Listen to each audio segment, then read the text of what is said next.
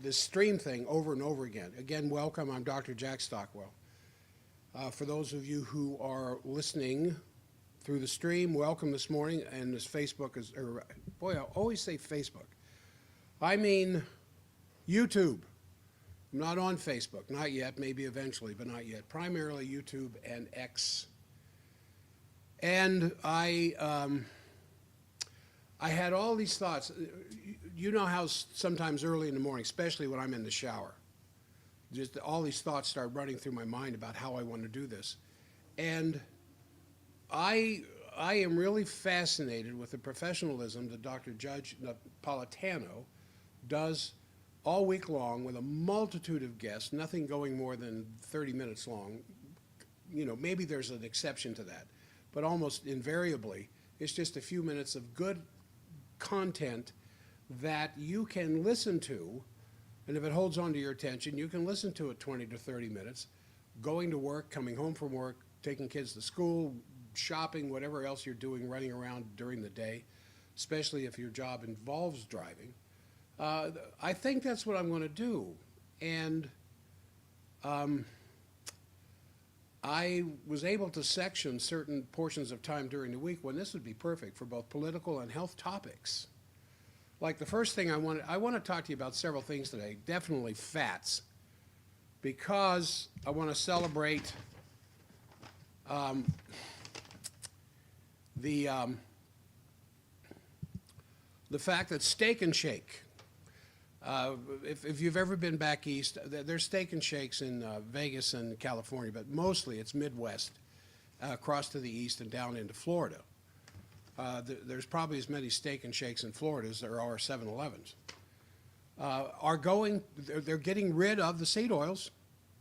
They must have been listening to this show. They're getting rid of the seed oils and going back to beef tallow. And so I am really excited about that. This is if I'm going to go out and buy wild wings, chicken wings, that's why I like going to Buffalo Wild Wings, because they fry their wings in beef tallow. They always have, which is far, far more healthy than these seed oils. And I think with Steak and Shake doing this, and what they will be attracting to their restaurants because of that, I think other stores are going to start getting in line as well. And I have a few to go over with you, some of the major ones that people eat from on an almost weekly basis, just crammed with seed oils. And I submit to you, that's probably the #1 cause of heart disease. Ever since 100 years ago, up to about the 1950s, when it really accelerated, getting rid of animal fats and supplanting them with vegetable seed oils. They're not vegetables. Seed oils do not come from vegetables, even though we call it vegetable oil. So I want to talk about that. I want to talk about, and introducing that, why butter is far better than margarine. And then a letter was written by Sally Fallon Morell to President Vladimir Putin last fall, after a comment that Vladimir Putin made regarding giving the Mother Heroine Award for women in Russia that bear 10 or more children. And a letter that she wrote him that he might want to keep in mind. All right, something's going on at K-Talk and I need to get that done. All right.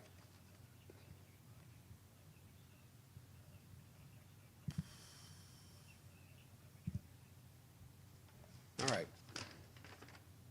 Oh, the news. Of course, the news. All right, for those of you listening at K-Talk, you have my profound apology. There is a way to get around this. There's a way for me to actually sound like a professional doing these programs. And that's what I think I'm going to do. I think I want to really make this a lot easier and save a lot of time on my part. I love doing this. I want to do more of it. Just going to sleep last night, I thought of a couple of things that happened yesterday politically in the country that I would love to spend 15 or 20 minutes talking about.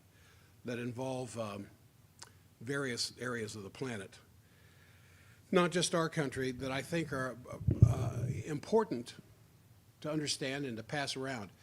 I guess there's a certain level of ego in this. I guess you got to have a certain level of ego, the id driving this stuff.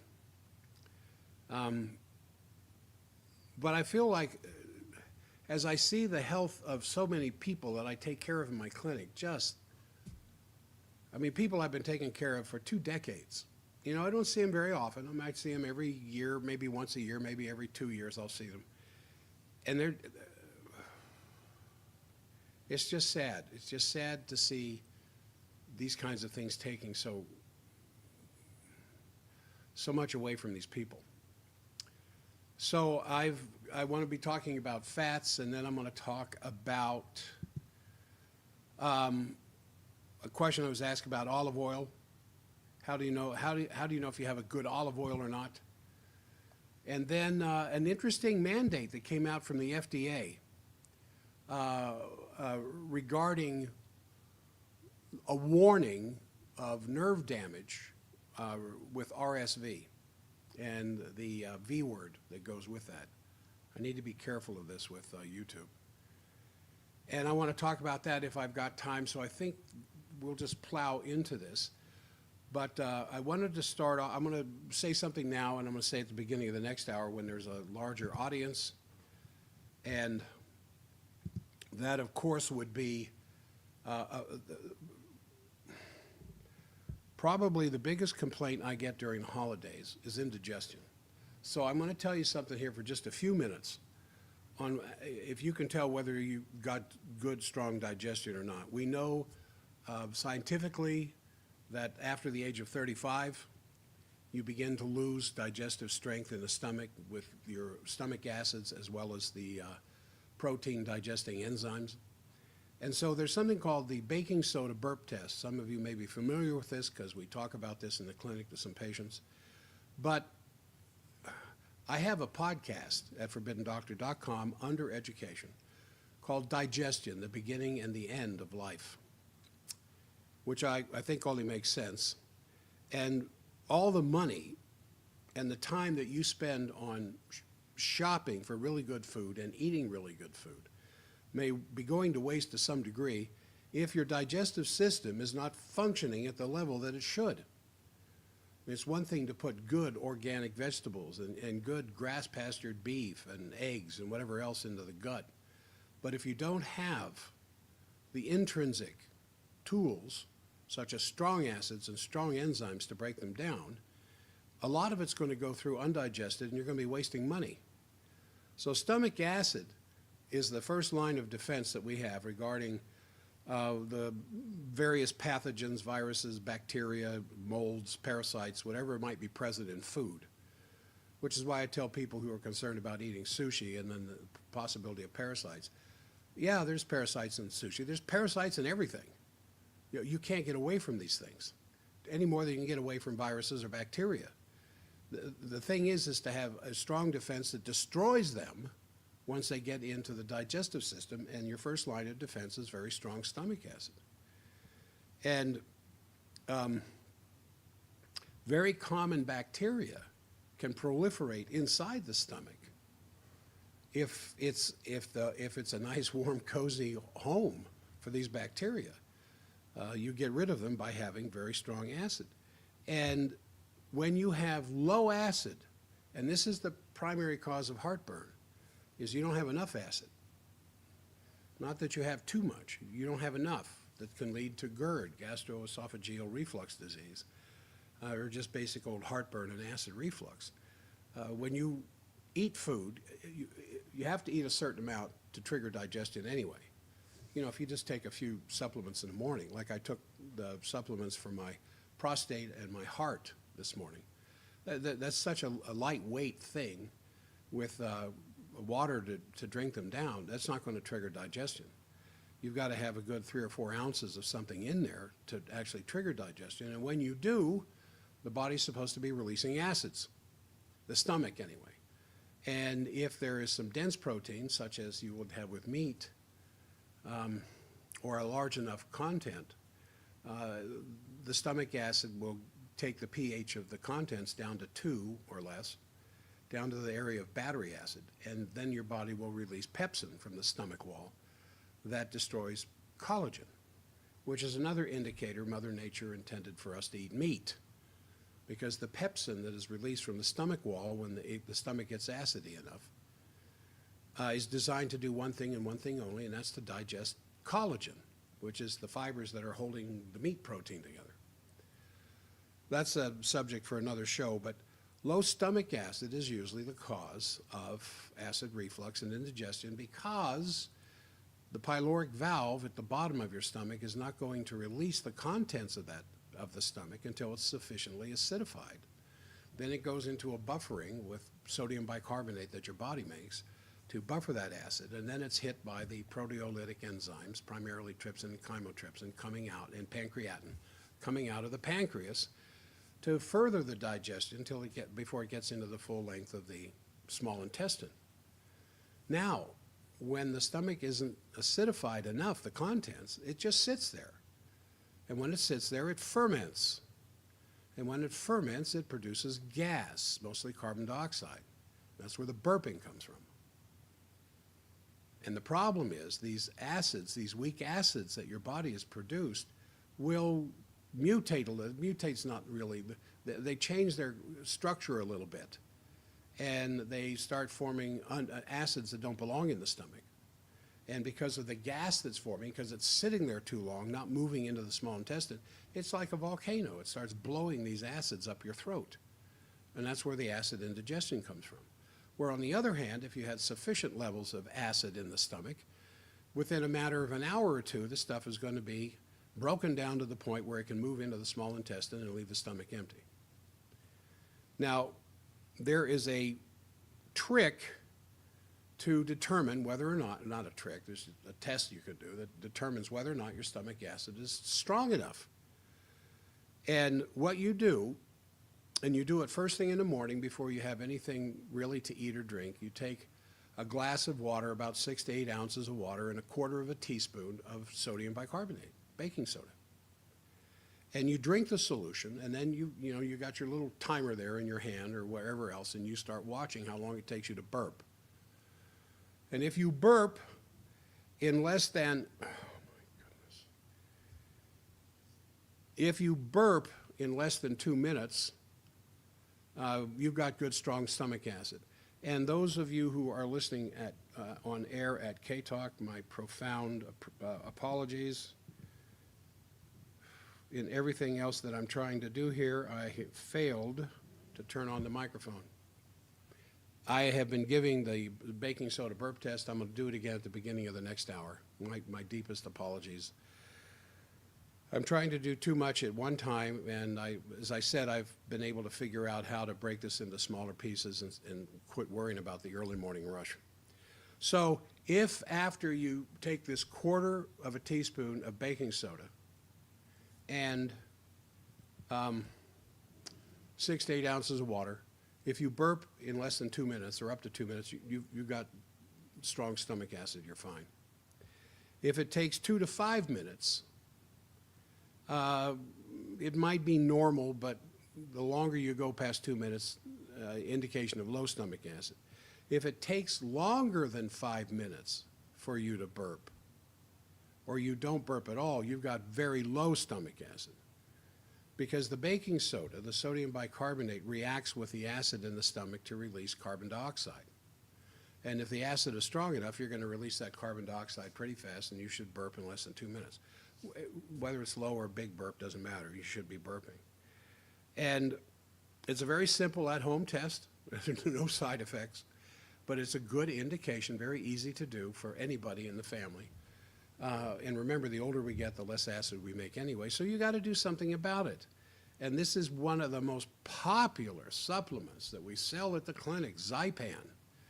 I was talking to a patient yesterday who only takes one Zypan following a meal, just a little tiny pill. I should be holding up a bottle of it so you can see what it looks like.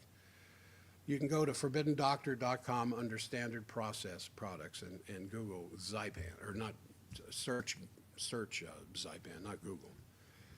and you'll see what it looks like. And it's a product that increases the acidity of the stomach. Plus, it has other digestive enzymes along there with it.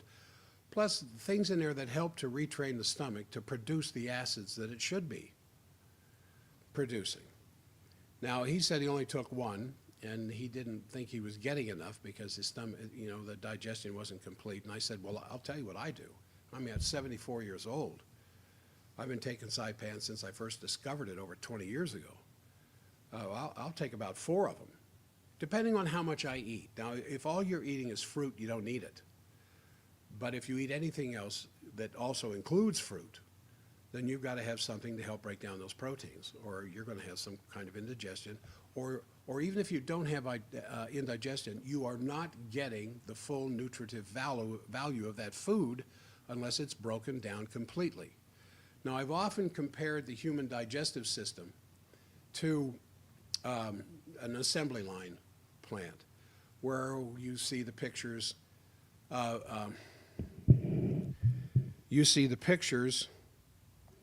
Let me get the microphone here a little closer. Paul, maybe this will help. You see the pictures of Henry Ford's assembly line that he introduced for the manufacturing of his Model T Ford. And, thousands upon thousands of pieces are involved. The modern automobile today can have over 10,000, including the washers. They go with the nuts and the screws. Paul, I don't know what to tell you, that this is the lowest volume you've ever heard. And I think you're talking about the radio station. I'm set up here the way I normally do. You hear the Zoom ringing loud and clear, but Zoom, I think you mean the stream. I'm streaming with StreamYard, not Zoom. But so it's something with the radio station. I don't know if the volume slide was affected last night or late afternoon or something. The pot that controls volume there on the base and the radio station might be low. I don't know. There's nothing I can do at this point except shout, and I'm not going to do that. So anyway, as I go on here, I'll take, if I have, and I've been eating a lot more meat lately. I've had a couple of pieces of fruit lately because my mother sent me my Christmas present from Florida of fresh picked navel oranges right off the tree, put into a box and shipped that afternoon that just arrived a couple days ago. My goodness, it's almost like eating candy. Paul, I see your note there. You've had several listeners as well tell you the same thing. This is why we need to move the K-Talk audience to stream, to either X or YouTube, both of which is coming through now. Now, if you're listening through K-Talk radio, well, I got the microphone a little closer to my mouth. That's probably why. If you're listening on AM 1640, or you're listening to the stream associated with the radio show, if at YouTube, you would just at Dr. Jack Stockwell, all one word, at Dr.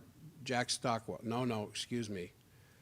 That would be, at YouTube. You go to youtube.com/at Dr. Jack Stockwell, and you can see the stream and uninterrupted content. At X, I think it's Forbidden Doctor, at Forbidden Doctor. I'm supposed to know this stuff. All right, back to the stomach. And I will give the baking soda burp test again at the beginning of the next hour, just so you can test to see how strong your stomach acids are. So over the years, over the 20 years or more that I have been using Zypan, I have increased the dose to where if I have a good portion of meat, I haven't, like I said, I had some fruit recently from fresh picked navel oranges in Florida. Nothing else. I can't think of any other fruit I've had since the holidays, and hardly any vegetables whatsoever. I am currently following what I call the lion diet: salt, meat, and water. Yeah, I know, it's kind of bizarre. I'm kind of a bizarre character. But man, do I feel good. No stiffness. I jumped out of bed this morning, just fully, no joint pain, no muscle stiffness, clear-headed, energetic, feeling great. And what did I have yesterday? I had lamb. I had an Indian curried lamb. So there's some curry and some tomato sauce in that curry, of course. So there are some vegetables there, but not much. Mostly lamb. And it's the only thing I ate. I didn't have any dinner last night because I wasn't hungry. But at the end of that meal yesterday, I took 4 Zypan and 2 Colocol. Colocol to break down the fats. Because sometimes if the older we get, the less digestive enzymes and acid we have, but well, the less bile we have as well, because the standard American diet has a way of turning your bile into honey when it should flow like water. That's why we use something called beta food, B-E-T-A food. Beta food thins the bile, has saved so many gallbladder problems and prevented a lot of gallbladder surgery. In fact, there's a gallbladder surgeon specialist in Manhattan who hasn't performed a gallbladder surgery, the last I heard, in over 10 years, because he puts all his gallbladder patients on beta food. Once you thin that bile and you can clean out the stones, yes, clean out the stones, and be able to have perfect breakdown of the fats. So yesterday and I kind of stuffed myself because it was the only meal of the day. I didn't have any breakfast. I waited till lunch. I had a lot of lamb and curry and no dinner last night, but I had 4 Zypans and 2 Colocols. Sailed through the afternoon, got home, no digestive upset or whatsoever. And the way I can judge myself as to whether or not I went to bed with my liver cleansing my blood and not digesting food because I ate too late is when I dream. And man, last night I just dreamt and dreamt and dreamt. Kind of crazy, silly type dreams. I'm still looking for, where, for a dream to show me where, the Rhodes mine is hidden up in the Uintas. But it hasn't happened yet. But in the meantime, I dreamt like crazy last night. I got out of bed, no joint pain, no muscle tightness, no nothing. So that's why I'm talking about this, because this is a time of the year when people simply are overeating the wrong stuff. And what do I mean by the wrong stuff? Well, I want to celebrate. One thing I wanted to say in regards to one of President Trump's executive orders, pulling out of the World Health Organization. Holy smoke, the damage that organization has caused to the health profile of this world and the number of deaths that are behind it. When he was signing this, and this is not political, this is a health thing with a political bent, but I'm going to get into a chain store across the country that I want to celebrate because they're moving to tallow instead of seed oils to fry their foods. He said that the U.S. has paid $500 million to the World Health Organization. He said China pays far less than that. And he said that China, with 1.4 billion people, paid $39 million to the World Health Organization, where the United States, with 325 million, paid $500 million. Says terribly unfair. I don't look at numbers like that in the first place. I look at the fact, is the World Health Organization something worth supporting? On Biden's first day in office, of course, he retracted a decision by the Trump administration to withdraw from the World Health Organization that Trump wanted to do at the end of his first administration. So one of his chief actions that he took place through his executive orders was to get out of the WHO. Congratulations, President Biden. I definitely, while I have some concerns about others that I'll discuss in political context, I congratulate you for that one. So, Steak and Shake. I started off talking the program this morning about Steak and Shake. There's a lot of them around the country. There's a couple of them in Las Vegas. There's some in California, mostly in the Midwest, spreading over to the East Coast, and a lot of them down in Florida. And what they're doing is they announced Thursday of last week that it's going to be cooking their shoestring fries in 100% beef tallow by the end of February 2025. So that's merely 6 weeks away.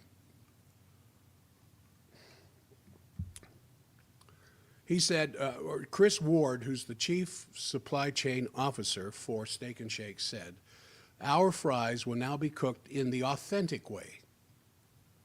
100% beef tallow in order to achieve the highest quality and best taste. By the end of February, all Steak and Shake restaurants will have shifted to frying in vegetable oil to frying in 100% all-natural beef tallow. It's interesting he called it vegetable oil. Remember, these seed oils are not vegetables. They're beans. Soybean, canola. So, well, canola is not a bean, but it's not a vegetable.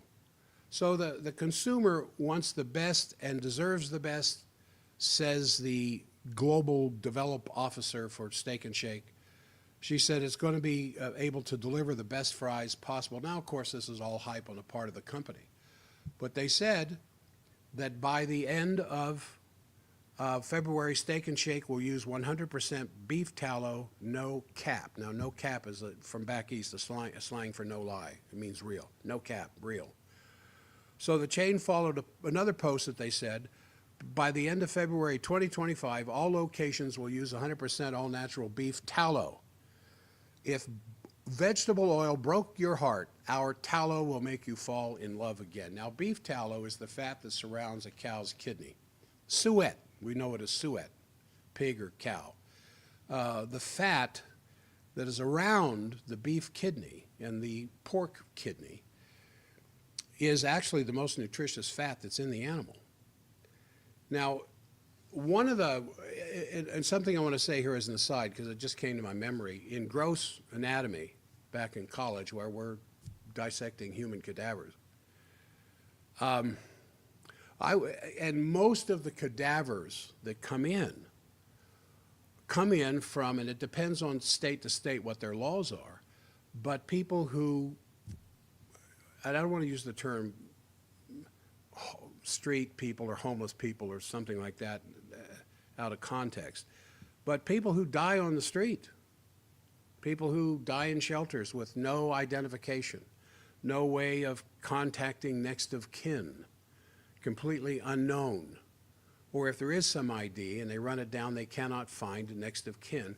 Depending on the state is required to keep them in cold storage at the morgue 30 days, 60 days before they can be released to medical schools, chiropractic colleges, osteopathic colleges, whatever, and anybody else that would be using cadavers. They're just released to them. Now, when you consider the fact that a lot of these people are just simply unknowns with no next of kin, they aren't grossly obese people. They're just the opposite. They're emaciated in many cases. I helped with the preparation of some cadavers that arrived in the gross lab at Palmer when I was there. And I wasn't officially a lab tech, but I was in there doing lab tech work just because I wanted to be more familiar with the next section on the tests to be able to identify the tiniest little nerve structures inside the body. And I was amazed at these emaciated bodies, how much fat there was inside of them surrounding the organs. The heart is wrapped in fat, the liver wrapped in fat, and the kidneys wrapped in very thick fat. And one person that I made a comment about said, yeah, that's to keep the organ warm. Well, it made sense at the time, but there's something much more important than that. Because the blood flowing through the organs will keep the organs warm, provided the body is healthy. The body surrounds organs with fat because there's much more nutrition in that fat than in, say, belly fat, so that the organ will always have a food supply, even in the most desperate of conditions. So people who fast for a long period of time, how do they keep their organs working? Without the right kind of fat, protein, and carbohydrate in the sense of glucose formation, whether it's the body is making the glucose or whatever. Where are they getting the raw materials? Where's the body getting the raw materials to do this? Because it's not coming in the water that they drink while they're fasting. And I'm talking about prolonged fast. Well, the organs are surrounded with a different kind of fat, as I said, than you have in belly fat. And these fats are loaded with nutrition.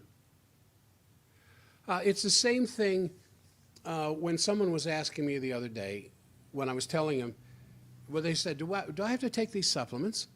I said, no, just eat better. You don't have to take supplements if you'll eat better. The supplements are a fallback because you don't eat correctly. So, well, what would I do to eat better?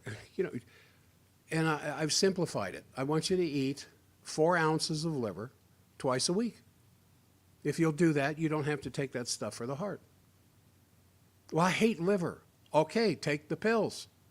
It's that simple. Well, liver, you know, these animals that get these shots and these herbicides and pesticides and hormones and the antibiotics, and it's not stored in the liver. Surprise? The body keeps the liver clean so that it can clean the blood to keep the body alive. Most of those toxins that are in the fat is in the fat that's distributed throughout the rest of the body.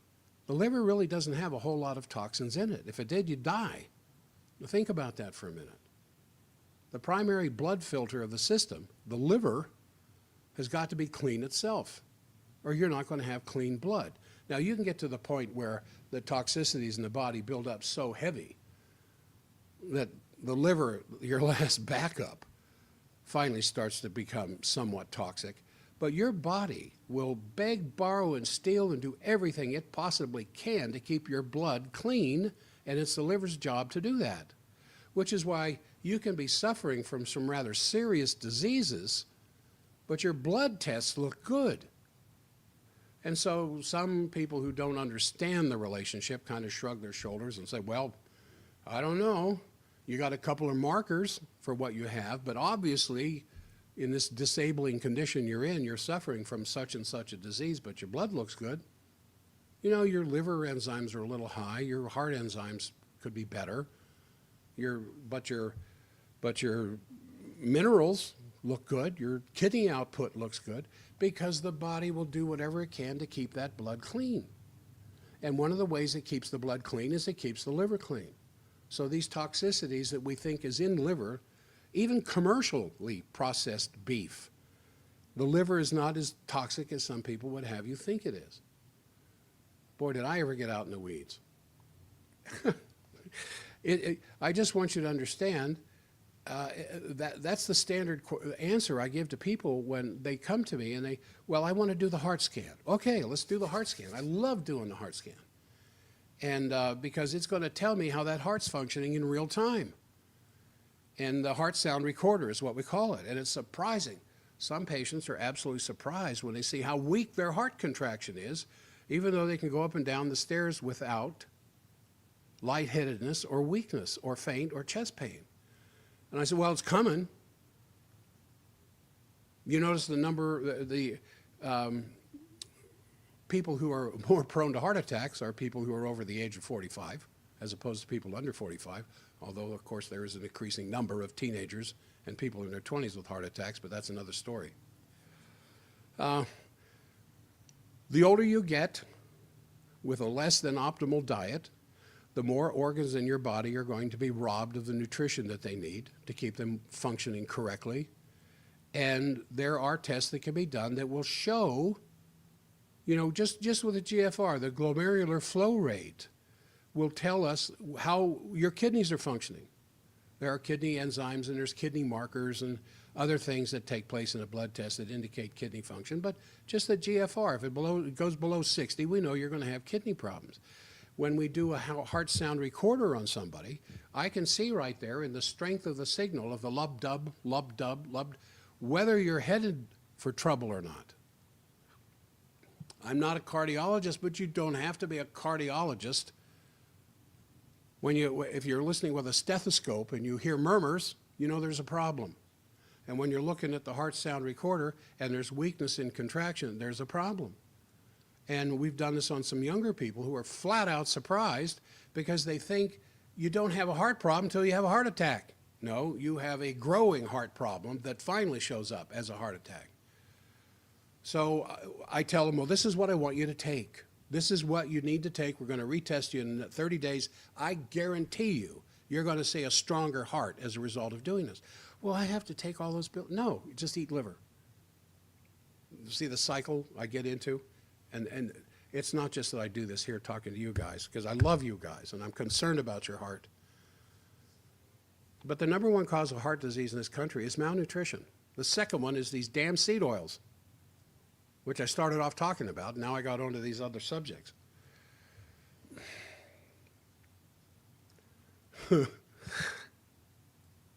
So anyway, congratulations to Steak and Shake for moving in this direction. They have 436 locations throughout the United States. And 3 days before the announcement, Steak and Shake put out a poll to those who were in their email list. How do you feel about cooking fries in 100% beef tallow? More than 90% responded with yes. Now, it's unclear how long the poll was open, but people are getting the idea. Now, before I heard Mercola talking about seed oils, before I heard McCullough talking about seed oils, before I heard Gundry talking about seed oils, I was talking about seed oils 20 years ago on the health shows that I was presenting at K-Talk. The chain is primarily in the South and Midwest, founded in 1934, known for their steak burgers. But of course, in recent years, seed oils is becoming a real topic of controversy. And last October, Robert F. Kennedy was lambasting, I should have said, and before Robert F. Kennedy was talking about seed oils, I was talking about him. I was country before country was cool, as they say. He wants people to go back to beef tallow. He wants the chain restaurants in this country to go back to beef tallow. He said this, October 21 last fall. Did you know that McDonald's used to use beef tallow to make their fries from 1940 until phasing it out in favor of seed oils in 1990? The switch was made because saturated animal fats were thought to be unhealthy. But we have since discovered that seed oils are one of the driving causes of the obesity epidemic. Obesity rates began to, this is Kennedy, began to drastically rise around the same time fast food restaurants switched from beef tallow to seed oils in their fryers. People who enjoy a burger with fries on a night out aren't to blame. An American should have every right to eat at a restaurant without being unknowingly poisoned by heavily subsidized seed oils. He says it's time to make frying oil tallow again. Now, heavily subsidized seed oils, now I've done shows on this in the past. What happened to all the tobacco farmers? Well, all right, now because of government suppression of tobacco, higher taxes and everything else, a lot of tobacco farmers went out of business. What are you going to do? You know, they can't go to the poorhouse. All right, we want you to grow soybeans. Soybeans? Why do we want to grow soybeans? Because we can get oil out of them and push it off on the public as something healthy, and we're going to have an advertising program you can't believe to show how horrible these animal fats are that mankind has eaten for tens of thousands and thousands of years without heart disease. Remember, heart disease has only been around a little over 100 years.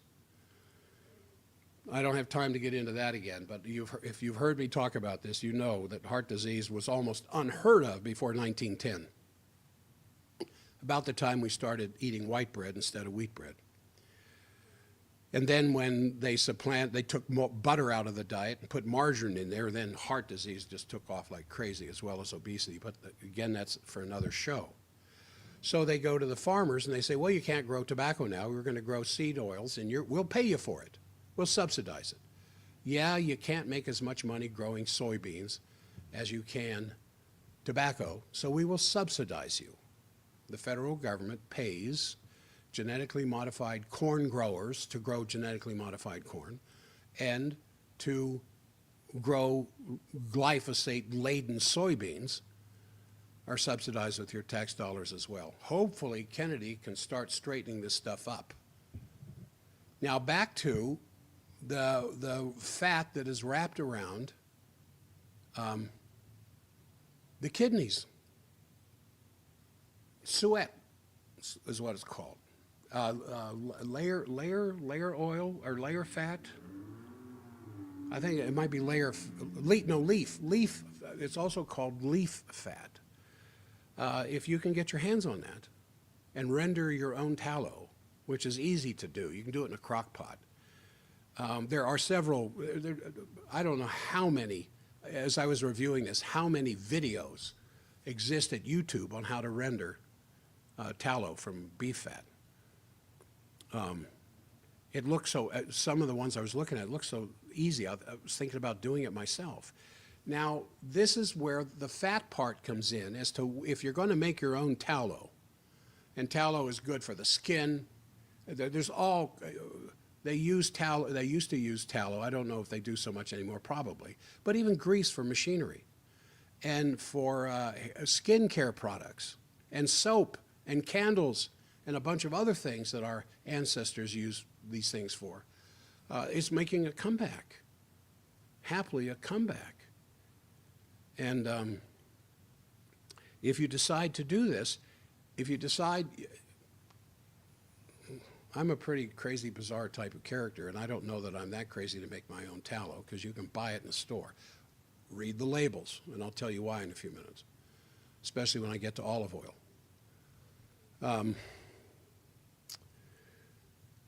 If you're going to do that, you want to get the leaf fat. You want the suet fat. You can go to the butcher in your grocery store or at some other butcher shop around town.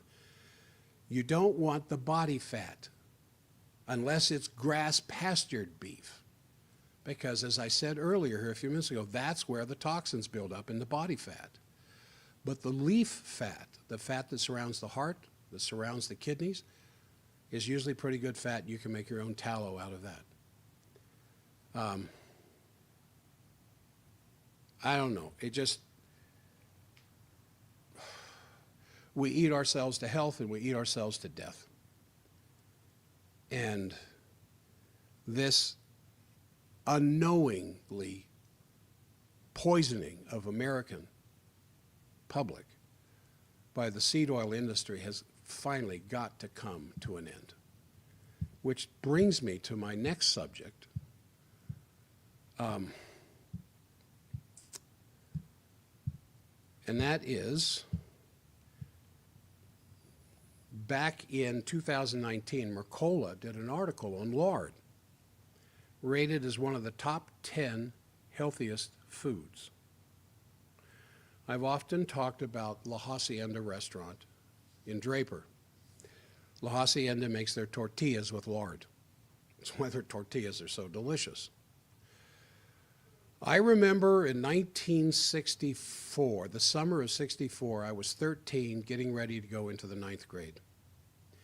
And not too far from where we lived, they opened the first local McDonald's. And I remember going there with my father, who wanted to know why I thought Simon and Garfunkel was so good. Because that was probably one of my first albums that I had as a teenager, besides a couple of Beatles. was a Simon and Garfunkel. I think it was the Sound of Silence album, although they had a couple before that. And while we were talking about it, he pulls into a McDonald's. And I had seen the McDonald's commercials on TV prior to this, because even though McDonald's and Wendy's and Burger King and all the rest of them are the staple of American diet, back then it was just kind of like a brand new thing, like Kentucky Fried Chicken when it first showed up, cooking chicken in tallow, back when it tasted incredible. So he pulls in the TV commercial. To remember this day, the jingle's still in my head, 47 cents for a 3-course meal at McDonald's. A small Coke, French fries, and a hamburger, 47 cents. And I don't remember everything we got, but I remember the French fries. And if I had ever had a French fry prior to that, I don't remember, but I remember thinking, wow, heavily salted, probably the wrong kind of salt, but were fried in beef tallow. Well, I became hooked on McDonald's French fries. And I remember, just remember, you know, earlier in life, those of you who drank Coke, as I did occasionally as a teenager, there was a time when the flavor of Coke just went way down. All these Coke drinkers becoming Pepsi drinkers because something happened to Coke. They changed the formula. Now if you want a decent Coke, you got to get the Mexican Coke because it's with sugar and the original flavor formula. I don't, you know, it just, the thing is that there was a time when McDonald's fries just didn't taste the same as it did before. And that's in the 70s when they went to seed oils instead of, they got rid of the tallow and went to seed oils, and so most of the other people the same.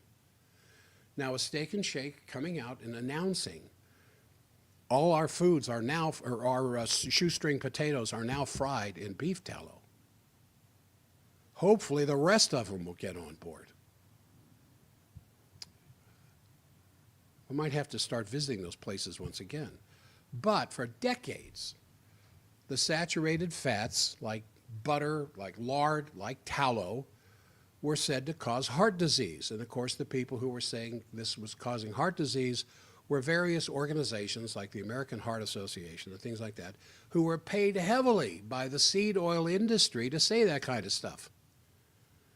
And responding to the market for this, all these hydrogenated oils started to show up that are loaded with trans fats, giving rise to a whole bunch of, once you took the flavor of animal fats out of food and you put this trans fat, polyunsaturated crap in there, the taste was gone, so they had to load them up with sugar. And this is when you started noticing the sugar content increasing and increasing and increasing in foods, prepared foods, to make up for the lack of taste from the animal fats. So trans fats, we know now, is a major contributor to something that's called insulin resistance. Insulin resistance is probably affecting as much as 8 out of 10 Americans. If you see somebody, and you don't have to go very far to see it anymore, in a lot of homes, workplaces, at church, at the supermarkets, people who are probably a little bigger than they should be, they're probably insulin resistant.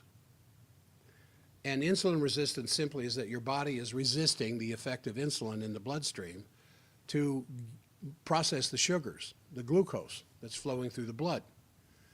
And because insulin's #1 job is fat storage, when your cells are not taking in the insulin or letting the insulin take in the sugar, insulin's building up in the bloodstream, and because there's a lot of that and you've got a lot of sugar because it can't get into the cell because of the resistance of the insulin, your body's converting that sugar to fat, body fat.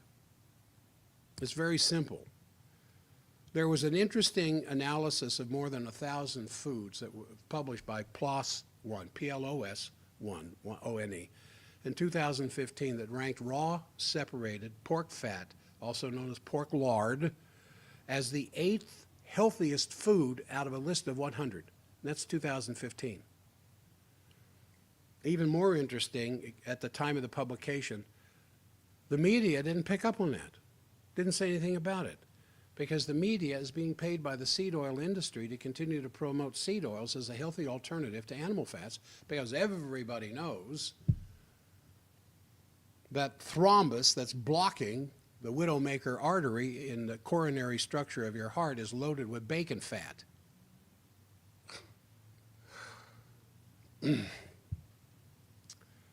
Now, the late Fred Kumarol, author of Cholesterol is Not the Culprit, was the first researcher to note that trans fats, not saturated animal fat, is what clogs your arteries and promotes heart disease.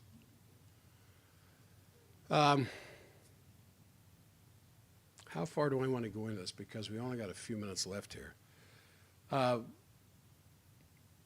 Unfortunately, instead of reverting back to healthy saturated fats, like once they realized the disastrous effect of seed oils on the coronary structure of the heart, the carotids, and other places in the body that has a tendency to deposit the effect of these trans fats,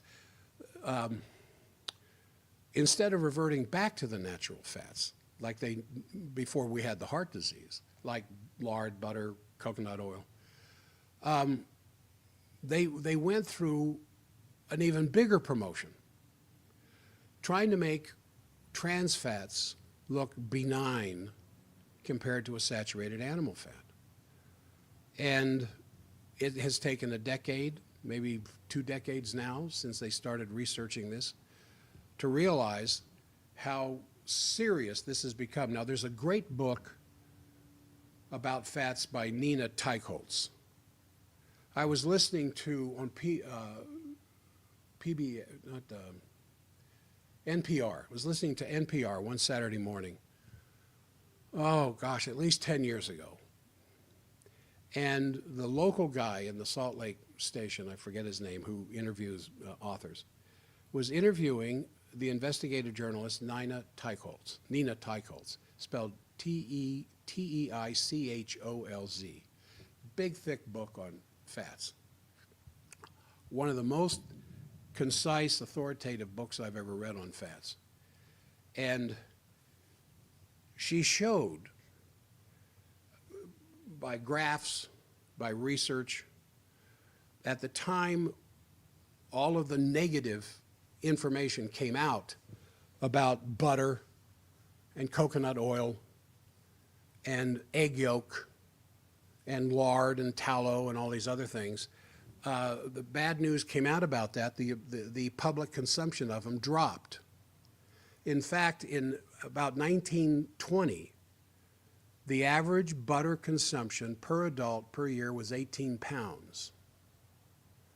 By around 1950, late 50s, early 60, because of the bad press about butter consumption had dropped from 18 pounds per year to 4 pounds per year. At the same time, heart disease took off like a rocket. Well, we know it wasn't the animal fats. And then they started blaming it on all kinds of things. Well, you got to have the right kind of trans fat. And it's just silly how this spread. And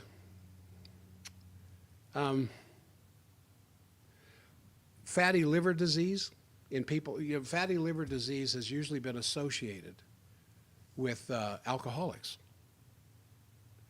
because alcohol is a source of energy. You have proteins and you have fats and you have sugar as energy sources in the human body, but alcohol also. And it's interesting, the dry alcoholics, the people who are heavy candy eaters. You know the heavy candy eaters because they got a lot of belly fat. And they may never have had a sip of alcohol in their life, but they got an alcohol brewery fermentation plant taking place in their guts producing alcohol because of the yeast that's in there that gets the sugar that's deposited in the bloodstream, in the gut, making alcohol. And so we know now that about 30% of those who suffer from fatty liver disease never had a sip of alcohol in their life. And they're trying to figure out where all that's coming from, and they were pointing the finger at sugar. But now, rightly so, they're pointing the finger even more at seed oils. We were never intended to eat that stuff. Now, canola, the canola plant, I remember when I was on a train from King Station in London up to Edinburgh, just rocket train shooting up the east coast of England. And there were a few fields we came across that were as yellow as the yellow brick road from Oz. Just as far as you could see, huge fields of yellow. And I kind of wondered what that was. And when the conductor came by, I pointed it out. I said, oh, that's canola. Wow. There are fields in Canada, the same thing. There are fields in the United States, but Canada is one of the largest producers of canola. And the canola plant itself produces very healthy omega-3 fatty acids. And I don't know that anybody is bothering to do it outside of the laboratory. Maybe there is. But if you extract cold process, like you would olive oil for extra virgin olive oil, cold process the oil in a canola plant, you're going to have a very healthy oil. The problem is, it's the processing of these oils where the danger comes in. A really good chef, when he is cooking, or she, just a real, one of their great dishes that they love to produce, that requires some frying. If it requires some deep frying, which occasionally happens, they like frying in canola oil or soybean oil because they're tasteless. The real value of the oil, one of the values of the oil is its taste, and you know it's been adulterated because it's tasteless, because of the extreme pressures, the extreme temperatures, the extreme filtration, the extreme bleaching that has been done to that original precious canola plant to produce canola oil that now is just trash and extremely dangerous to the human body. There are chefs that fry exclusively in butter or fry exclusively with beef tallow. Anybody that knows how to make good pastry knows that beef tallow in pastry just can't be beat. So what we had was this massive fraud pulled over the eyes of the public in order to push the seed oil industry. And as we were coming here at the top of the hour, I wanted to say a couple more things about make sure, if you're going to, I started off here talking about lard. You want to make sure the lard is organic and it came from pastured animals. Now I need to take a look real quickly here at the radio station. And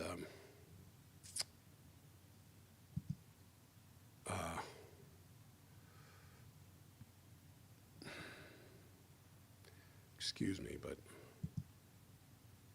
I need to check this out here to make sure that everything is okay, because we are coming to the top of the hour. And Paul, I might just made a big mistake. Hopefully not. I am going to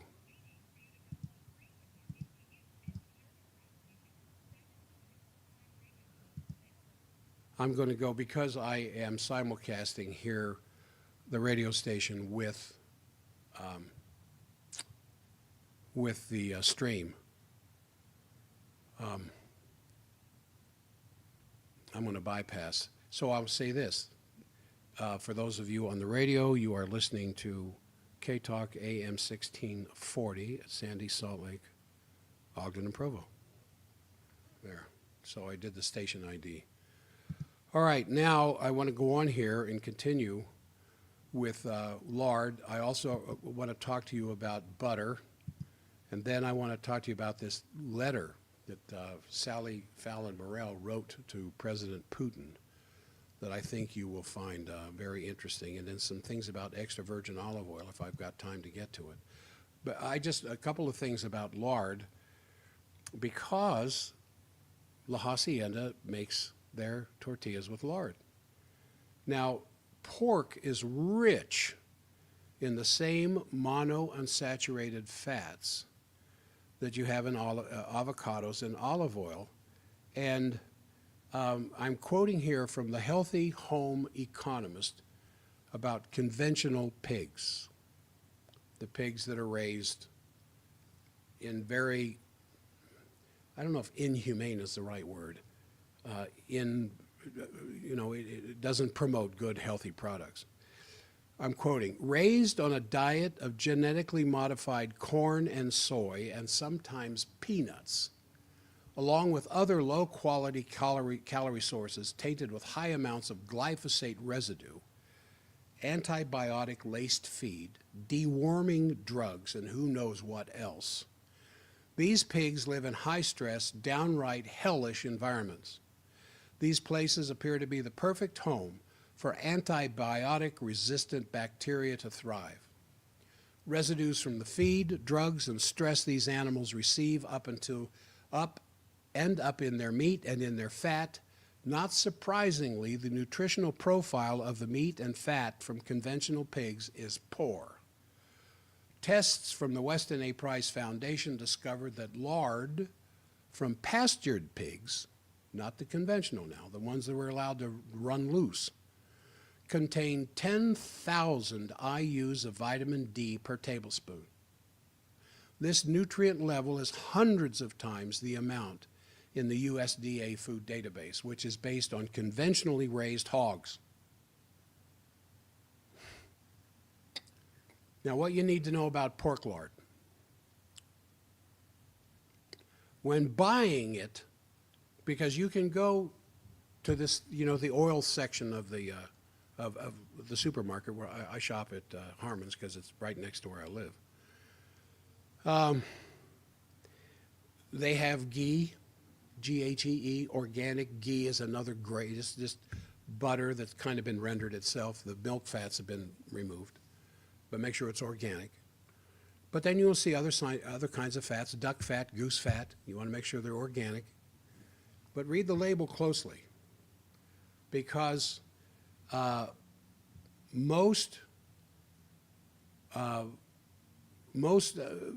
you're buying commercially available lard, you want to make sure it's not hydrogenated. You want to make sure that word does not occur in the label, because to try to get some shelf life, and lard has incredible shelf life in and of itself, a lot of times hydrogenated lard will contain up to about half a gram of trans fat per 13 grams of serving. And trans fats are the things that are the most deleterious in the way of fats to the lining of the arteries in your heart. And where's all that plaquing come from? This is a little aside, but I got to say it because I'm going to be asked this question.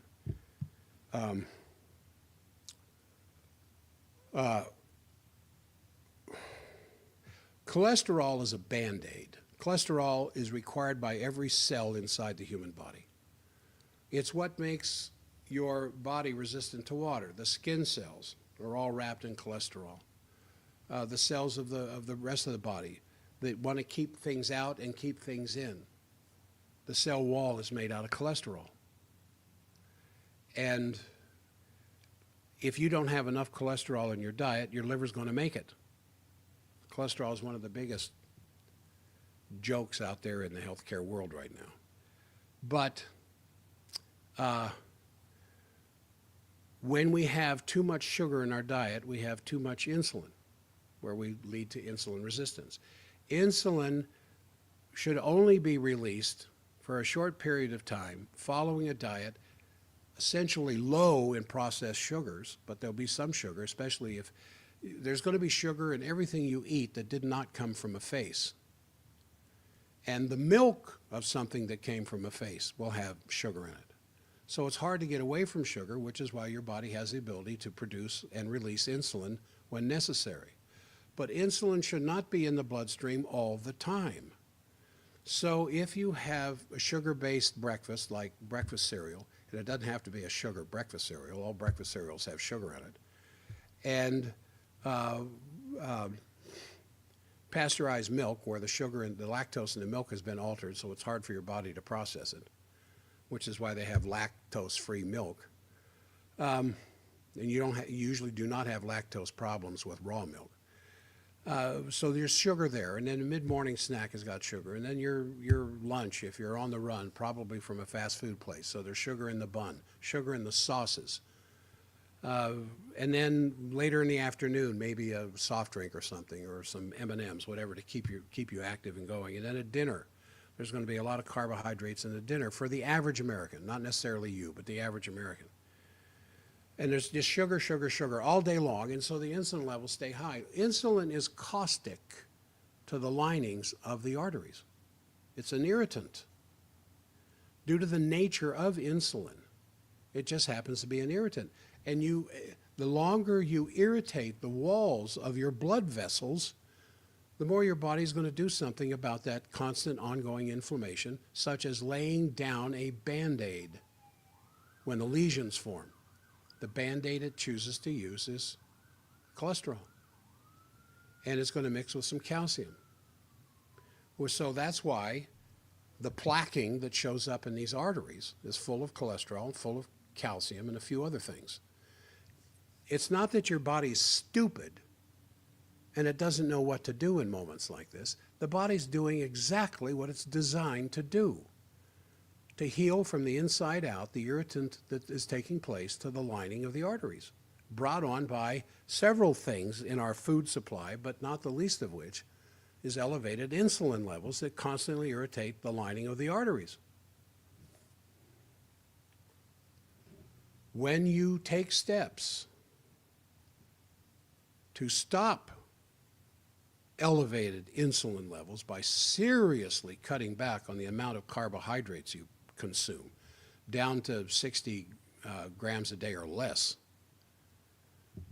your body will start cleaning these things out. I mean, there's too many instances of people who are being warned of impending heart attacks and need bypass or at least a stent in the cardiac tree, in the heart, who choose not to, but choose to have a major lifestyle change.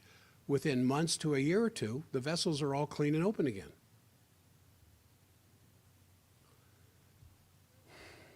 Now, I've kind of gone back out in the weeds again. I must like the weeds. But a couple of more things here about the rise of pork lard. One of the things that was a big step away from healthy oils was the creation of Crisco. Crisco is made from hydrogenated cottonseed oil. And as I've always said on my radio program, we're designed to wear cotton, not eat it. So they take, and the story is, it's maybe not completely well known, but some enterprising entrepreneur delivering or buying a load of cotton from the local gin noticed these bags that were kind of wet and moist looking. Well, what's this stuff? Oh, they're seeds, cotton seeds. Well, other than planting cotton, what are you going to, well, we've got way too much, we've got way more than we need to plant cotton. We just destroy them. Do they have any other need? No, we don't. Well, why is it damp looking? Well, they're full of oil. There's oil in these seeds, cottonseed oil. Says the enterprising entrepreneur. Let me have a bag of those seeds.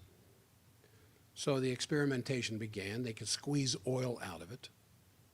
And I thought, it's like the fluoride that's in your drinking water is a byproduct of aluminum processing, the sodium fluoride that comes out of it.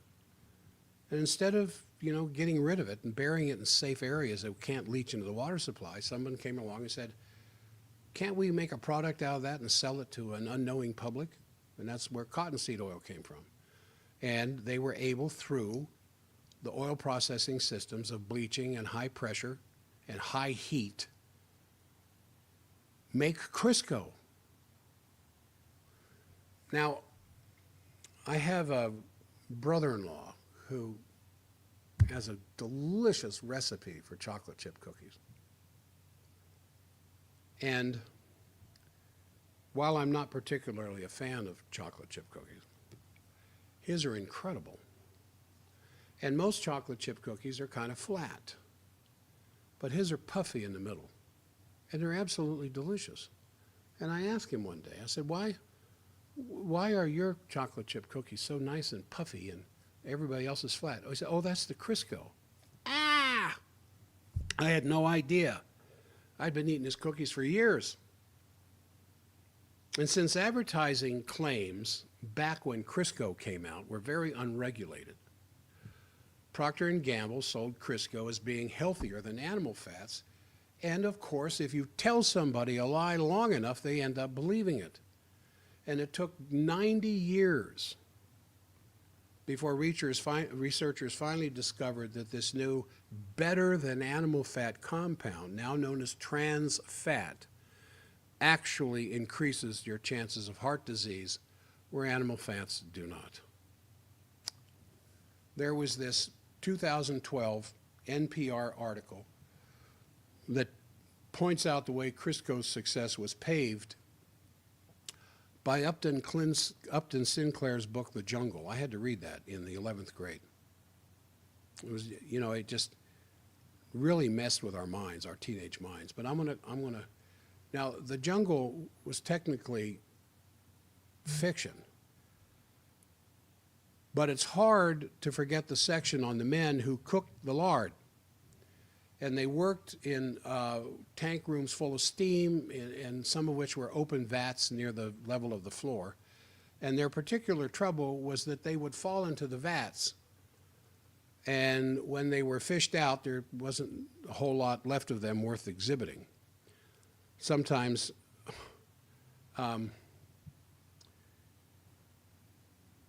the rats, I think I indicated the meat workers themselves, completely unrecognized by the time they'd been boiling in this fat for a while. So Sinclair's object was to gross people out with the meat industry. Now, unlike lard, Crisco was made in the lab by scientists, not necessarily an appetizing idea back then. The same thing as when I talk about synthetic vitamins. They're made in the laboratory by scientists. But people were already uneasy about the meat industry back then anyway. They would have these cans back at the turn of the previous century. Begins with a P. Is it potted meat? Maybe it's potted meat I'm thinking of. Wasn't the most appetizing thing, and people weren't too wild about it at all. So Procter & Gamble had some work to do. And so they turned all this to their advantage. They launched this huge campaign that made people think about the horrible stories of adulterated lard coming out of these plants. And the ads touted how pure and wholesome Crisco was. And they packaged the product in white because it was bleached, and claimed they had slogans like, "The stomach welcomes Crisco." So they perfected the art of branding with Crisco, and they sent out cookbooks touting how good Crisco could make you feel. And they shipped samples of it to hospitals, they shipped it to schools, and they bragged about how the major hospitals in the country were using Crisco, some of the best educational institutions in the country were using Crisco. And then it went out into the newly invented radio waves, sponsoring cooking programs. Poor old rendered lard didn't have a chance. And so by the 1950s, when Ansel Keys came out and just promoted his vegetable oils over animal fats, in his landmark study that has since been ripped to pieces because it's just, when he came out talking about cholesterol, he picked countries that had high cholesterol rates because of dairy consumption, but left out all the countries that have low heart disease but high dairy intake. But that became the religion of the day. And so animal fats went out the window, vegetable fats, seed oil fats showed up. Now, aside from organic pastured pork lard, is there anything else that's healthy? Well, coconut oil. Coconut oil has the highest level of saturated fats of any naturally occurring food in Mother Nature. There is more, I think it's up to 80%. 80% of the fat in coconut oil is saturated fats. Far more, and in pork lard, saturated fat is less than 50, I think it's about 48%. In coconut oil, it's 80%. But we know it has a very positive effect. There's studies showing it has a very positive effect on the heart, and it's very antibacterial as well. And a great source of energy because of the medium chain fatty acids that are in there. Grass-fed butter, raw organic butter that's made from grass-pastured healthy cows, has all kinds of important nutrients, including vitamins A, D, E, and K2. It has minerals, has antioxidants. There's organic ghee that have been used for thousands of years, where you just take the butter that you've made from raw milk, so you have raw butter, you melt it down and you separate out the milk solids. This is why people who take the time when they make homemade organic popcorn with organic butter that they bought from the store, with good sea salt, some of the most delicious popcorn I've ever made was organic popcorn in butter that just barely covered the top. The seeds were just one layer thick, barely covered the seeds in a big pan. And then pouring butter over it with sea salt when it's done. But butter that had the milk fat removed. And you do that by, you melt the butter. The milk fats are going to go to the bottom. The butter goes to the top. And you pour off the butter before the milk fat can come along. And if you put that butter over the popcorn, it tastes very much different than if you just pour melted butter all over it that's got the milk fats in there. Now, I just wanted to mention that because you can make your own ghee. There's a baking process that's done in the oven and a milk fat separation that's very easy to do. And there's all kinds of YouTube videos on this. If you want to improve the health of your family, this is one thing you might start doing. Oh, it's too much work. Well, then buy it. Buy it in the store, organic ghee. Or olive oil, which has all kinds of healthy fatty acids in it. And that's one of the things I wanted to talk about next here, is to make sure, is to know whether or not you've got genuine olive oil or if you've got something being passed off as olive oil. Now, fake olive oil just abounds. I mean, it's important to take the time to investigate the sources. Let me pull up my source on that, and then I'll probably finish off the hour. I don't think I got time to get in butter. I want you to hear this letter that Sally Fallon Morell wrote to President Putin. So the best way, of course, as far as olive oil is concerned, to make sure, to tell if it's extra virgin olive oil, is the taste. It should bite the tongue. There should be a strong, pungent taste. And that's easy enough to do. You know, good luck trying to pull that off in a grocery store while you secretly open a bottle and taste it. You just can't do that at your leisure and start sampling. But there are some things that you should know. Now, Larry Olmsted, O-L-M-S-T-E-D, wrote the book Real Food, Fake Food. And he talks about a lot of things, but he talks about the fraud in the olive oil industry. And he says, how can you tell if olive oil is fake? It's a strong word, he says. I defined it in my book as whenever you get something other than what you think you're buying, which is what fake is. He says olive oil is simply the juice. My note just disappeared. Let me see here. My computer is really acting kind of goofy at the moment.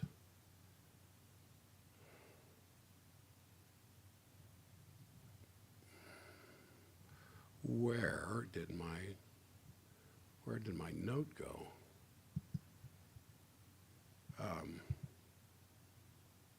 Anyway, I will have to do this on my own. If it doesn't say extra virgin olive oil, don't even bother messing with it. Then you need to read the label closely, because a lot of times, and the number one olive oil producer on the planet is Spain. And Spain ships a huge amount of its olive oil to Italy, where Italy will mix the Spanish olive oil with some of their olive oil and other oils. And if you see a bottle that says olive oil, but it's not extra virgin olive oil, it's probably got canola and soybean mixed in there with it. I'm just kind of simplify the whole thing here. That's one of the big tests. But the best test of all is it should be very, very green. It should have a strong pungent odor to it, and it should bite the tongue with its spicy flavor when you taste it. And the more pale looking, as opposed to a good color green, you're not getting the real thing. You're not getting the real McCoy. Now, extra virgin just simply means that it's just the first oil that's squeezed out of the olive in a cold processing without heat. And it's the first oil that comes out. Now, there's other oils that come out later. They are called olive oil because they came from an olive, but it's not that first squeeze, not the first processing. And olive oil, very strong in omega-9 fatty acids, very powerful monounsaturated fat that has all kinds of anti-inflammatory effects in the human body. And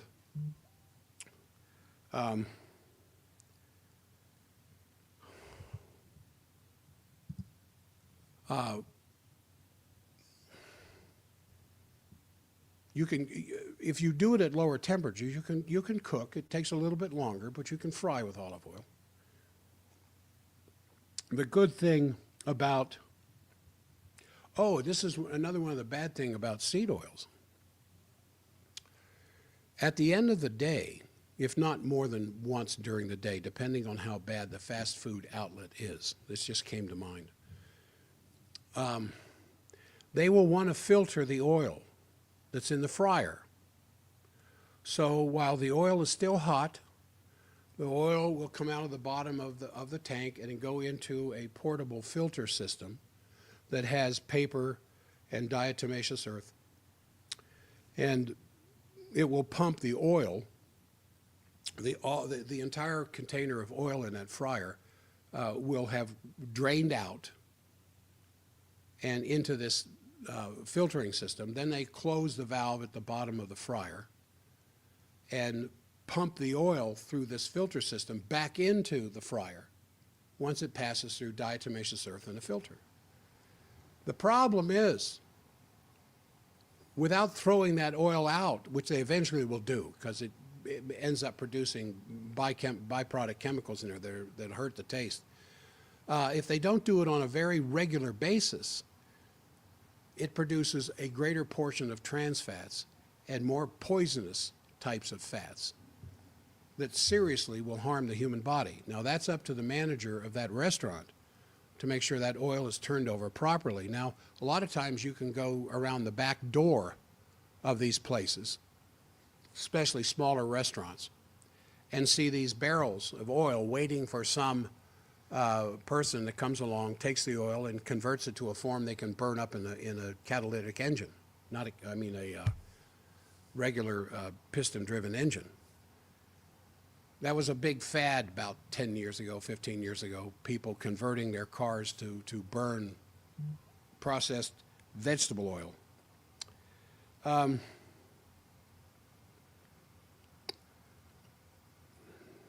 Robin says, my voice comes and goes like I'm walking out or away from. If I don't glue my mouth to the front of this microphone, which I'm not going to do, I guess it sounds like I'm coming and going. But if you will get on the stream, there's no problem with that. And how would you do that? You would go to, at YouTube, just go to youtube.com/@drjackstockwell, all one word. And at X, I think it's Forbidden Doctor. At X, you would go to x.com/Forbidden Doctor. And this show is, Sarah, you're welcome. Thank you for contacting me here. Thank you for talking about this. You're welcome, Sarah. I appreciate it. I hope it's okay if I use your name. You can get on at either X or YouTube and comment here. Not Scott, but anybody else. All right, I'm gonna jump in. I think I've said enough about the olive oil. It's just that there's fake olive oils, like there's fake anything else. There's fake olive oils. Be careful. Make sure it's extra virgin olive oil. It comes from a well-known company. And when you taste it, it just kind of bites your tongue with that pungent spiciness. And it's very green and has a strong pungent odor. Good. I like the smell of it. All right. Now, according to an article, and this is completely different, it's a message to Mr. Vladimir Putin and all other world leaders. And it's from Sally Fallon Morell at Nourishing Traditions. Another one of my great heroes. Many of you listening to me right now are familiar with her. And according to an article that was in the Washington Post last fall, I think it was, President Putin, as a president of Russia, is pleading with Russian women to have more babies. And he's pleading with them to forego their education in order to have their first child at age 18 and to give birth to very large families. And he's even revived the Mother Heroine Award for women who bear 10 children or more. Now, I'm going to read from her letter, and I have some comments to add. But she says here, she says, I understand where you're coming from, Mr. Putin. The birth rate in all Western countries is declining, particularly so in Russia.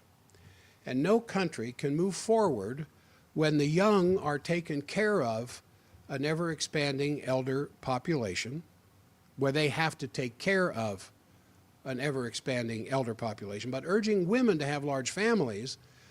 Quote, many of our grandmothers and great-grandmothers had 7 or 8 children, maybe even more, Putin recently declared. She says that's not going to work simply because very few modern women are patriotic enough or healthy enough to have large families. In fact, she says, many women in Russia and in the West don't want to have any children at all. I know several childbearing age ladies that I take care of who have no children, have no intention of having children for one reason or another. She says the goal of every national leader should be to support women rather than to support couples to have healthy children. She says here in the United States, an estimated 1 child in 2 has health problems, from allergies to asthma to ADHD to autism. We also have an ever-increasing rate of infertility. There are many reasons for this, including environmental toxins such as fluoride, mercury, cadmium, xenoestrogens, and vaccinations, but the number one reason we have a health crisis that threatens to drastically reduce the world's population is the substitution of industrial seed oils for animal fats, starting about 100 years ago and accelerating after the Second World War. She says seed oils are a slow toxin that interferes with hormone production, so much so that many young people today don't know which sex they belong to. And it reduces brain function, causes chronic disease, especially cancer, and over several generations, widespread infertility.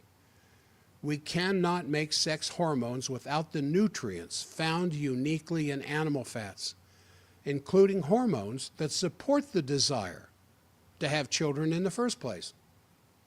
She says, industrial seed oils have been foisted on the population by filthy capitalist swine, first in America, then the whole world, Russia included. Fast food, fried in toxic seed oils, is ubiquitous in Russia, and their supermarket shelves look just like ours. Then she talks about the 6 Western fast chain restaurants in Russia. In Russia, they have 917 Kentucky Fried Chickens, 735 McDonald's, 706 Burger King, 599 Subways, 204 Papa John's, and 203 Domino's. She says January 31st, 1990, the first McDonald's opened in Moscow. 51% of Russians' eating out spending goes to fast food chains. That's probably the same here. I'm just guessing, I don't know. She says 50% of the Russians who spend money eating out go to fast foods. She says 79%, and this is Deloitte, is the source of this, is Deloitte.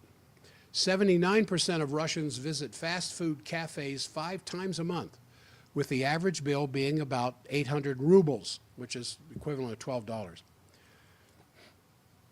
She says only getting rid of seed oils will save us. In America, this will be a slow process, as those who use cooking oils and eat margarines and spreads, and who consume processed foods loaded with seed oils, will eventually die out, while the few families wise enough to use butter, lard, tallow, and poultry fat will survive and have healthy children.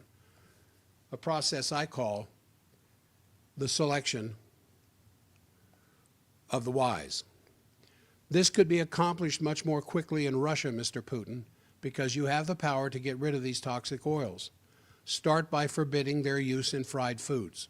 Your people will not mind because food fried in tallow or lard tastes so much better. Have your bureaucracy gradually phase out their use in processed foods. Use stable palm oil or coconut oil, and export all of your sunflower oil, one of the highest in unstable polyunsaturates, to your enemies. Pack up your Crisco. Oh, Paul, that's important. That just came in from Kristen. His volume is super low. I've turned the volumes all the way up on the on-air computer, and this is his level. You know, there might be a way around this, and that is to hook up. No, I believe you, Kristen. I believe you. I believe you. I just need to hook up a better microphone to my cell phone that goes to the radio station, and I know how to do it. I'm sorry. But I've been using my phone for over a year now instead of going to the radio station down in Linden. If it was up here, I'd go to the radio station. But my mornings are entirely too busy to take the half hour down and the half hour back. However, I think I have an answer. I think I have an answer for a much better AM 1640 broadcast signal, or a volume, that I will incorporate by next Monday. Okay, back to Sally Fallon Morell's letter to President Putin about Putin wanting the Mother Heroine Award for getting Russian women to have 10 or more children. She says, yeah, I saw it, Paul. I see that.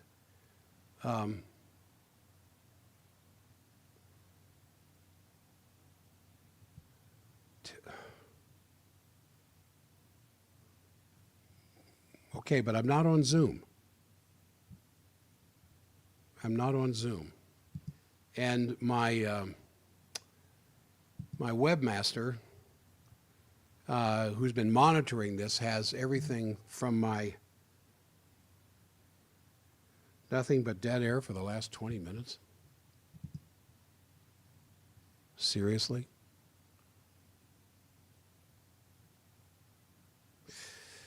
Well, once again, I'm going to put a pitch in here for the stream. For the health show, it's Breaking Health Barriers. That's the name of it. And if you go to YouTube, youtube.com/@drjackstockwell, all one word. And at X would be x.com/Forbidden Doctor. All right, let me finish here what I'm talking about in the half hour we have left, because this is really important. You're going to be hearing an awful lot more about seed oils, especially if RFK gets in. He said this is one of the first things he's going to do. And it's one of the reasons why the food industry is heavily lobbying against his appointment as head of Health and Human Services, because the food industry doesn't want to have to change to healthy oils. They would rather continue to push crap on an unsuspecting, unknowing American public. All right. So after she says, export all of your sunflower oil to your enemies, then institute a program, sunflower. Oh, I think I said cottonseed there at the end. Sunflower oil is one of the deadly eights. What do they call it? There's 8 particular oils. Canola and soybean being primary in there. Grapeseed and cottonseed, but sunflower is one of the oils highest in the unstable polyunsaturates. So she says, send this off to your enemies. Then institute a program of real science-based nutrition in your schools. Teach your young people, including the boys, how to have healthy children through a diet of nutrient-dense, traditional Russian foods that were rich in minerals and fat-soluble vitamins, not the food like substances of the degenerate West. And while you're at it, encourage the consumption of raw milk. And warn your people about the dangers of hormone-blocking statin drugs. Think of the legacy you would leave, Vladimir. Healthy Russian children, healthy, happy families. However, let me just add, dear Vlad, that age 18 is not the ideal age to start having babies. The best outcome occurs between ages 25 and 35. That gives young women time to get training or an education so that she has a profession.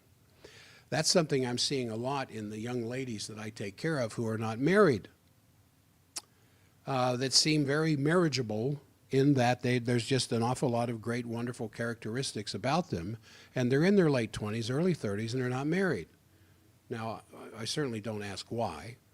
But occasionally, during getting to know one better later on down the road, a year or two later, and the discussions come up, either there's poor pickings, very slim pickings for what they want, or they wanted to get a career first because of the high divorce rate and wanted to be able to support themselves in case of divorce and not have to rely on their husband. There's another reason to wait, and that is part of the problems with teenage pregnancies where the mother has not stopped growing herself. In other words, she has growth hormones of her own making in her bloodstream so that she continues to grow muscles, skeleton, organs, whatever else. And then she is pregnant. And then, of course, there's a tremendous amount of growth hormone that is released in the fetus. Coupled with her growth hormones can cause some developmental problems in the developing baby. That's why I suggest that when I've been asked the question, when should we think about conceiving, not before 21. This lady is saying 25. Anyway, I'm not going to change the sexual habits of teenagers by saying this at all, or even young married people. but it doesn't hurt to wait a little bit longer till your body has stopped all its growth before you introduce another form of growth hormone. So she says, my father was a very wise man and said to myself and my sister many times, you must get an education and have a profession just like your brothers. You can't count on your husband being able to support you. You may get divorced or find out that he's a ne'er-do-well, or he may even die, and then you'll have to support your family. And you don't want your children to grow up poor. How much better for you to give to the women of Russia fatherly advice like this? Then she says, as for having very large families, wouldn't it be better to encourage Russian women to give birth to 3 or 4 healthy children, approximately between the age of 25 and 35, rather than suggest that women be saddled with large broods, each child less healthy than the last? This is why I love this lady. You see, in traditional cultures, it was considered shameful for a woman to have a child less than once every 3 years. This allowed the mother to recover her nutritional stores and ensure that her children, each of them, got the maternal attention they needed as an infant. It also ensured that each child was as healthy as the previous one, something that greatly reduces friction and jealousies among siblings, making family life a joy rather than a chore. Her letter goes on here a little bit longer. Modern science provides validation for these traditional practices. Close together pregnancies result in greater numbers of preterm births, more low birth weight, more maternal anemia, more emotional and physical strain, and higher likelihood of complications such as uterine rupture. These risks are highest if the interval between pregnancies is 6 months or less. Something bound to happen if mom is determined to have 8 or 10 children. She may even die of nutritional exhaustion, leaving her 8 to 10 children without a mother. Dear Vlad, I don't think this is what you want for Russia. If Russian women are inspired, not pressured, to have 3 or 4 well-spaced, healthy children before the age of 35, your population will increase soon enough. And this message is not just for you, Mr. Putin. It's for all world leaders. The greatest challenge in our modern world is the tanking fertility and the declining health of our children. Persuading or forcing women to have large families is not going to solve the problem.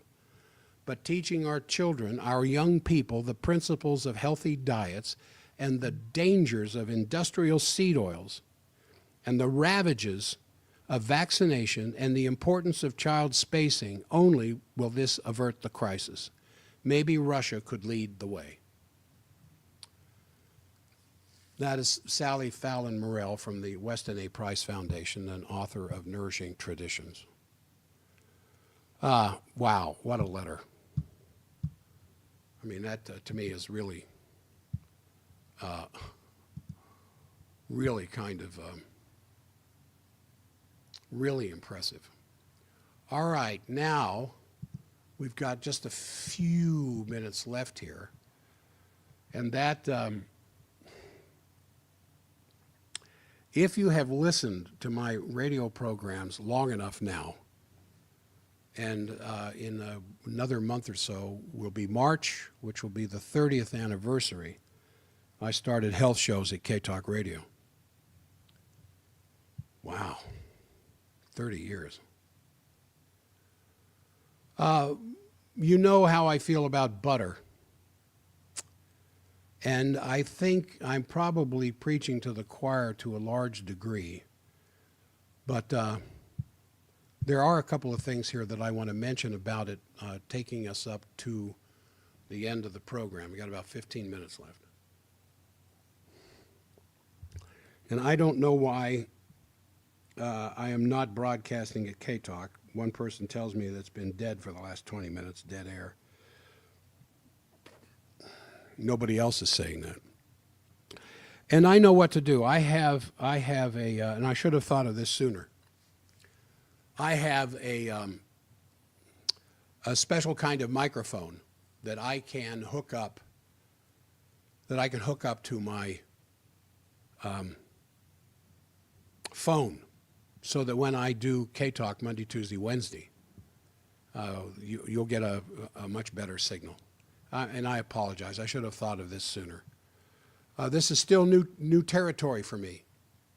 And I also wanted to go over the baking soda burp test again, because I did it at the beginning of the first hour, and I know there's people listening now that didn't hear it the first time, because this is, there isn't a day that goes by that there isn't some patient who asks me about indigestion.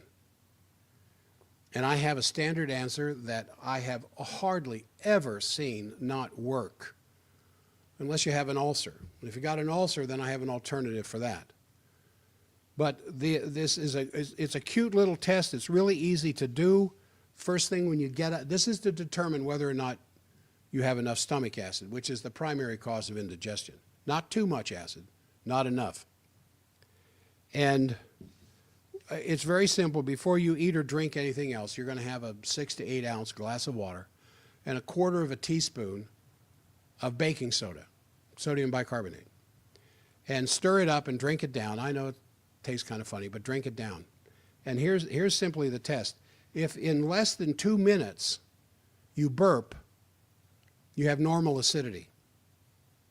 If it takes 2 to 5 minutes, it's anywhere from normal to low acidity. And if it takes more than 5 minutes, you have very low stomach acid. And so what happens when that sodium bicarbonate gets in there with that acid, it bubbles up and it forms carbon dioxide. And of course, that carbon dioxide's got to get out of there. Your stomach isn't made to handle gas. So that's where burping comes from. Burping can also come from the inability to process fats. And so that's the second half of my digestive aids that I recommend to people. Number one is Zypan, which greatly increases the acidic level of the stomach. And I used myself as an example during the beginning of the program. I have a bottle of Zypan sitting next to the sink in the kitchen where I live, and also sitting on my desk in my office because I'll have lunch at the office. And I will have anywhere from 2 to 4, usually about 4, because my big meal of the day is lunch. And I'll have 4 Zypan that I take right after the meal. And if there's any fat involved, and now that I'm eating an awful lot more animal products than I was before, I'll take a couple of colocols, which are just freeze-dried bile salts. It's what comes out of my gallbladder, but it's bovine sourced, purified, and freeze-dried. And then I'll take the 4 Zypan and I'll take the 2 colocol, and I will not have any distress, no acid indigestion, no burping, no discomfort, no bloating, and I can sail through the afternoon without any digestive discomfort at all. Who do I recommend this for? Anybody who feels like there's something wrong after they ate a meal. Bloating, flatulence, distension, uncomfortable. Usually it's because we're mixing foods that shouldn't be mixed. The meat and potatoes idea. Meat has a different digestive pathway than does potato. But when you eat them together and they're sitting there in the stomach, if you don't have enough acid to begin breaking down that meat, you're not going to be able to release pepsin from the stomach wall that further digests that protein structure into peptides and amino acids to get it out of the stomach. Food isn't supposed to be in the stomach more than a couple hours.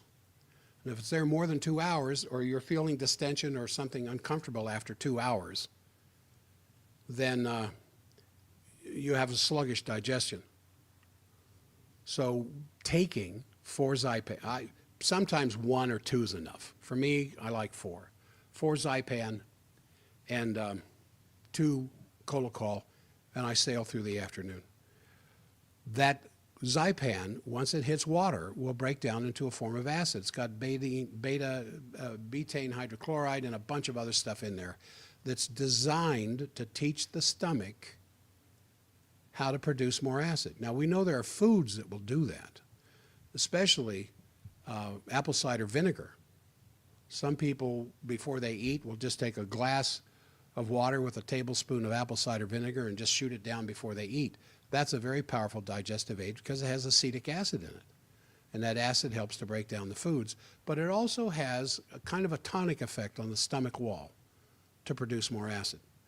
That's what's in these pills. Now, some people just don't want to drink a glass of water with a tablespoon of apple cider vinegar in it.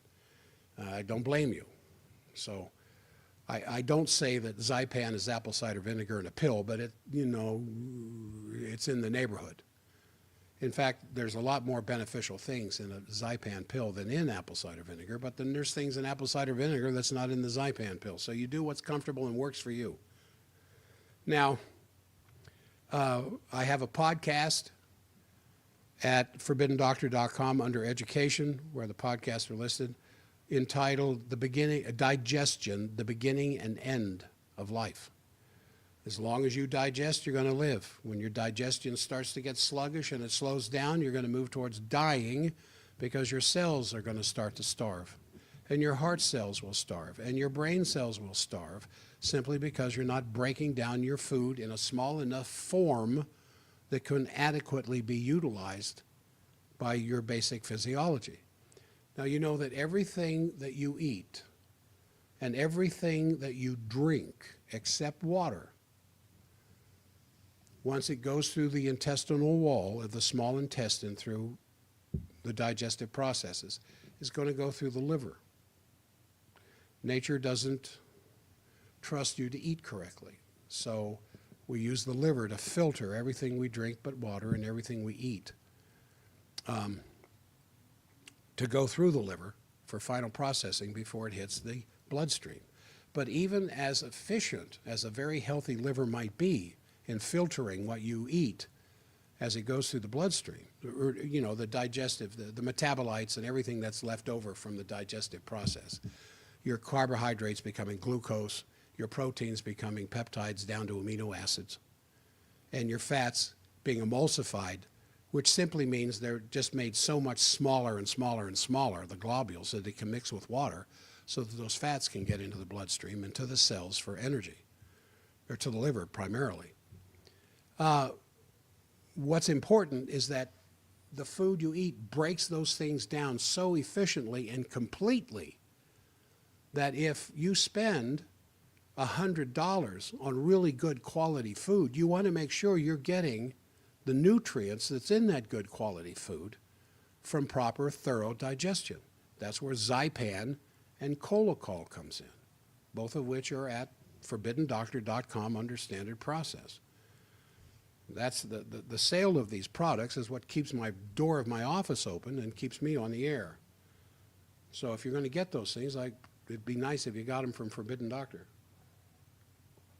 Also at forbiddendoctor.com is an explanation of who the Forbidden Doctor is. It is not me. If you haven't heard it, I think you might find it interesting. All right.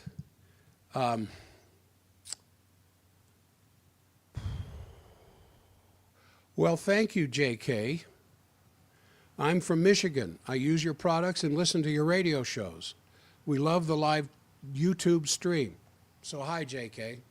We could hear you fine on TV and phone. God bless you and your staff. Thank you very much. And Stephen, love it. Thanks, Dr. Captain Jack. Yeah, one of my favorite Billy Joel songs, actually. I used to use it as a bumper on my radio program when I had a daily show. Well, that's so nice. You can comment. You're commenting through YouTube. You can comment on YouTube. I think you can. And then Sarah coming through Facebook. Thank you for Facebook. Thank you, Sarah, for your comments earlier. The best thing you can do is to like and subscribe, and share this stuff. Share this with spread this stuff around to other people. Now, in the few minutes left, I am not going to stream the first 2 hours of my what would be the political show Monday and Tuesday. I will stream the second hour because there's just not enough people on a Monday or Tuesday morning listening to that to make it worth my time to do it. However, I do plan between now and then, because there's stuff flowing out of Washington and out of Moscow and out of Tel Aviv and London and Paris and Berlin on a daily basis, that I I'm really going to try several smaller 15, 20-minute sections and on health topics as well. Now, X is usually for silliness and political stuff. You don't see a lot of health stuff on X. I'm going to try to introduce a lot more health information on X, but Facebook as well. So this is whole new territory for me.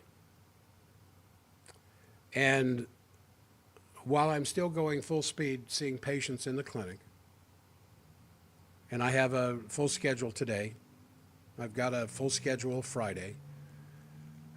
Tomorrow I don't see patients usually on Thursdays because I have a lot of paperwork to do as well as other errands to run, and I think I will be doing some shorts tomorrow of a political and health nature as well. But I really appreciate the comments that are coming in. That's really nice. It's very thoughtful of you. It makes this worthwhile. It helps me to know that I'm getting somewhere with this stuff, that it actually might be making a difference out there in some people's lives. Now, my health show last week was taken down by YouTube almost as fast as it went up because one of the bots found a word in there that they didn't like, the V word. And one thing I want to point out, and I'm not going to mention the V word by word, but the FDA, in a minute or two that's left here, the FDA has mandated the warning of nerve damage with the RSV-V.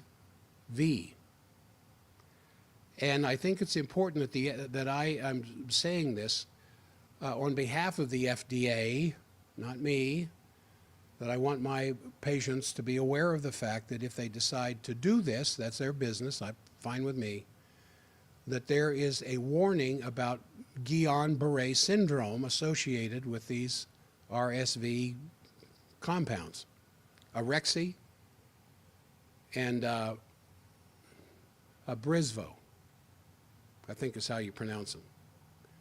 And the FDA says they now have to have a warning stating a risk of Guillain-Barré syndrome. That came out from the FDA January 7th. This is not coming from me, it's coming from the FDA. And if the FDA thinks this is important, then it's important. Now, when I don't think I have enough time. My first introduction to Guillain-Barré was back when I was 18 working in a hospital as an orderly, starting my undergrad work. Very, very serious case. And the nurse, I asked, what is this stuff? Because a man was just paralyzed from head to foot. It was just terrible. And I said, what is it? What's his problem? Well, he has Guillain-Barré. I said, what's that? She told me. I said, where do you get it? How do you get it? She said, it's a particular drug you take in connection with preventing the flu, and I'm not going to say what that drug is, in hopes that this can stay up on the air. Anyway, K-Talk is going to go to news here in just a moment. I'm going to try to produce some shorts as far as health and politics are concerned between now and next Monday, but I will be back next Monday morning with a better microphone for the radio audience. And I have it. I just didn't think of using it. I thought my phone here would be enough. So keep your wits about you, and I will see you next week. And goodbye, one and all who were part of the